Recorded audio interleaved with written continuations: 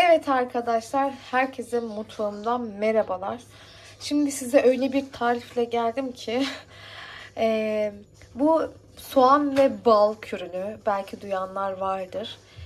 Ya da bilenler de vardır bilmiyorum ama bizim gripal enfeksiyonlarımızda yani yardım aldığımız en güzel kürlerden biri. Murat'ın bir gribi var 3-4 gündür ve ciğerlerim diyor hani rahatsız diyor.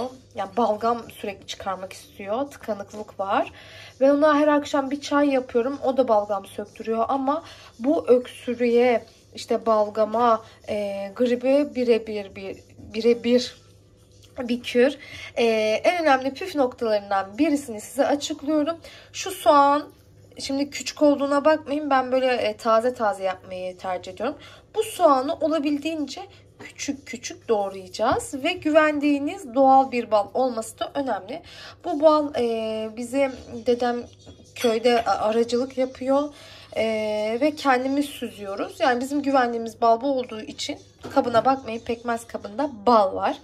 Şimdi ben bu soğanı güzelce ince ince doğrayacağım ve içerisine 1 yemek kaşığı bal koyacağım. Ve bu soğan en az 2 ya da 3 saat kalması gerekiyor. Bir gece de bekletebilirsiniz. Soğan bala suyunu veriyor ve böyle içerisinde bir su oluşuyor. O suyu günlük 1 tatlı kaşığı ya da 2 tatlı kaşığı sabah akşam olacak şekilde tüketiyoruz. Ama çocuklarda sadece 1 tatlı kaşığı, bebeklerde verilmez ama 1 yaşını geçtikten sonra doktorunuza danışarak 1 çay kaşığı verebilirsiniz. Ben Yavuz Ömer 1 yaşını geçtiği için 1 çay kaşığı veriyorum. Ama çocuğun alerjisi olabilir bala. O yüzden dikkatli oluyoruz. Ya da şeker hastaları, normal şeker hastalığı da bunu kullanamayabilir. O yüzden öncelikle doktorunuza danışın. Kronik rahatsızlıkları olan da danışsın. Şimdi yapmaya başlayalım. Herkese geçmiş olsun ve sağlıklı günler diliyorum. İnşallah yani çabucak atlatır Murat da. Ve bir de çay tarifim olacak. Onu da bu tariften sonra paylaşmayı düşünüyorum. O da böyle zencefil ya da zerdeçalla yapıyorum. Nane limonu kaynatarak. Onu da vereceğim. Takipte kalın. Şimdi yapmaya başlayalım. Soğanı böyle alıyorum ve ben elimde doğramaya çok alışkın olduğum için olabildiğince küçük doğruyoruz. Ki suyunu güzel salsın. Rendelenebilir ama ben rendelemekten pek hoşlaşmıyorum açıkçası.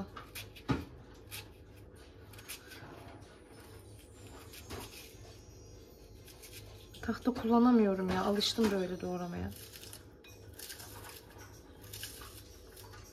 Böyle ince ince doğruyoruz. Ben bunu taze taze yapıyorum. Zaten soğan küçük ve gözlerim şimdi bile yanmaya başladı. Benim de gribim var. Büyük olasılıkla ben de kullanacağım. Bulaştı herhalde ya. Çok şükür çocuklarda de oluştu. Ama hemen atlattılar onlar. Çünkü ben onlara her gün nar yediriyorum, kivi yediriyorum. Bir tane Zühra'nın bir macunu var. Ondan veriyorum. Yani günlük C vitaminini bol bol alıyorlar. Galiba ondan bu sefer 2 günde atlattılar. Çok şükür, bin şükür. Başka tariflerim de var ve başucumuza da soğan koyuyorum gece ki o da çok faydası oluyor geniz akıntısına. Şimdi gördüğünüz gibi ben bunu ince bir şekilde doğradım. Şimdi 1 yemek kaşığı, elimde yıkamadan duramayacağım. Sadece soğanım küçük olduğu için 1 yemek kaşığı ama soğanınız büyük olduğu zaman şimdi göz kararı da olabilir. 2 yemek kaşığı da konulabilir. Bakın şimdi bu kadar yeterli benim soğanım için. O kadar mucizevi bir şey ki zaten soğan ve balın ikisi de antioksidan ve yüksek miktarda balda da bir protein var. İnşallah şifa olacak bu bize. Ben birazcık daha koyacağım. Herhalde yeter ya. Şunu da israf etmiyoruz. Bunu da sıyırıyoruz. Ben bunu bir karıştırayım. Şimdi ben bunun olmuş halini de size paylaşacağım. Ben bunu güzelce streçleyeceğim. Ve beklemeye alacağım. Ve nasıl sulanacak bu göreceksiniz. Şöyle yakınlaştırayım. Bu öyle bir suyunu salıyor ki daha sonra da. Güzel, yani kolay bir şekilde tüketilebiliyor.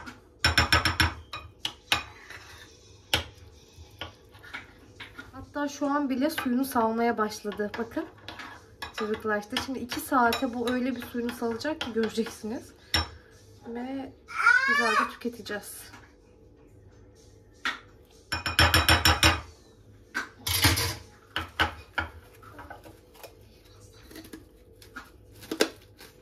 Çok güzel bir şekilde streçleyip kenara kaldırıyoruz.